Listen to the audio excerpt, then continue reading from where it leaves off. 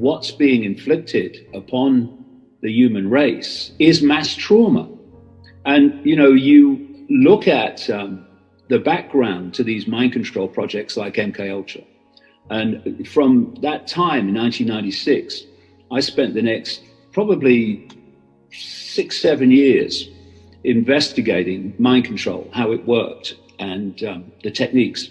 Trauma-based mind control, that's what MKUltra was. That's what so much of this mind control is, because it compartmentalizes the mind into a honeycomb of self-contained compartments, which the mind control industry calls alters. And they create a front alter, which is supposed to be the person's personality, not only for those around them, but the person themselves thinks that's them. They call it the front alter. But all these other compartments are in the subconscious, and they program them with behavior traits and perceptual traits. And when they then move through hypnotic keys and other techniques, the front alter into the subconscious and bring a back alter forward, the back alter then becomes that person's behavior, becomes that person's personality. And so how do they compartmentalize the mind? Through trauma. They make even young children, these people are psychopaths beyond belief, experience horrific trauma. They find out what makes the child the most terrified, and they make them experience it. So the mind then shuts out the memory of the trauma and creates basically a compartment, what they call an alter, which can be, like I say, programmed with a task. This is where your Manchurian candidates come from and all this stuff. So what's happening to the population in general is they're being systematically traumatized, and you can see these alters created that shut out the trauma by basically creating a bubble around it. And this is one explanation for why so many people simply cannot see the bloody obvious. Awakening people are looking at the world now, the pronouncements and the statements and the contradictions, and they're putting their hands on their head and they say, why can't people see it? Well, a lot of people can now, but a lot of people can't. And part of it is this not wishing to face what you don't want to experience. And this is why fear is the weapon of choice of that force which is behind all this. It's like everything in life, it is the receiver that dictates the response, dictates the effect. I've gone through enormous amounts of ridicule and abuse. I mean, just historic levels in the 90s and around that period.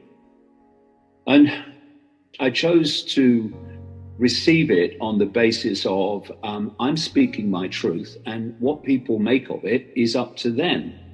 But my truth is my truth, and so I'm going to speak it, and I'm not going to be intimidated into not speaking it. If people hurl abuse at me, well, good luck and have a nice day, because it's going in one ear and out the other. And so you can receive a traumatic situation in many different ways. And so often we lose an understanding that the way we receive information, the way we receive experience is a choice. So you see with this woke mentality, everyone's offended.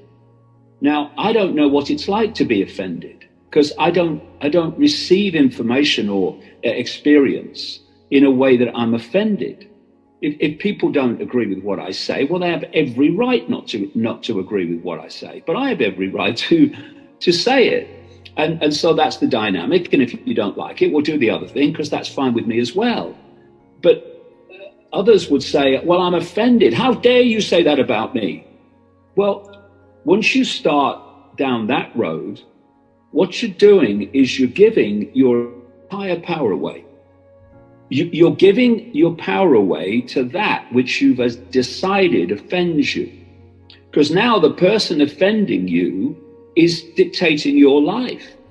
It's dictating your emotions. All these different aspects of your daily life are being affected by someone who's offended you. But for you to be offended, you have to choose to be offended. So what I'm saying is that, I mean, there are some horrific traumas. I mean, geez, when I've investigated MK Ultra, it's horrific. But so much trauma is received as such because people make a choice to do that, and they don't have to. You don't have to concede to fear. It's a choice. If you look at fear, people that concede to it almost every time, if not every time, give their power away. Because once you can get someone in a state of fear of something, people look outside of themselves for protection and others to protect them from what they've been manipulated to fear. Mainstream medical doctors, most of which haven't got a clue about how the body works or what the body is, they're just prescription writers for a big pharma. They get their power from people fearing death. And you know, I think this is the foundation of it all, the fear of death. This is the bottom line of everything. Because once you realize that there is no death, that the body may have a cycle, yes, but we, consciousness, have eternity, then everything starts to chill out. And the amount of things that you can be traumatized by and intimidated by just plummets. Because what's the worst that can happen? Okay, you leave the body. Well, you're going to leave the body at some point anyway. Just a matter of when. So you're going to threaten my life if I speak out? Well, okay, you threaten my life. I'm still going to speak out. You know, I would rather leave my body a bit early. I won't mind. But I'd rather leave my body a bit early, speaking my truth and holding on to my self-respect, than to bow and submit to buy a few more years in a dystopia.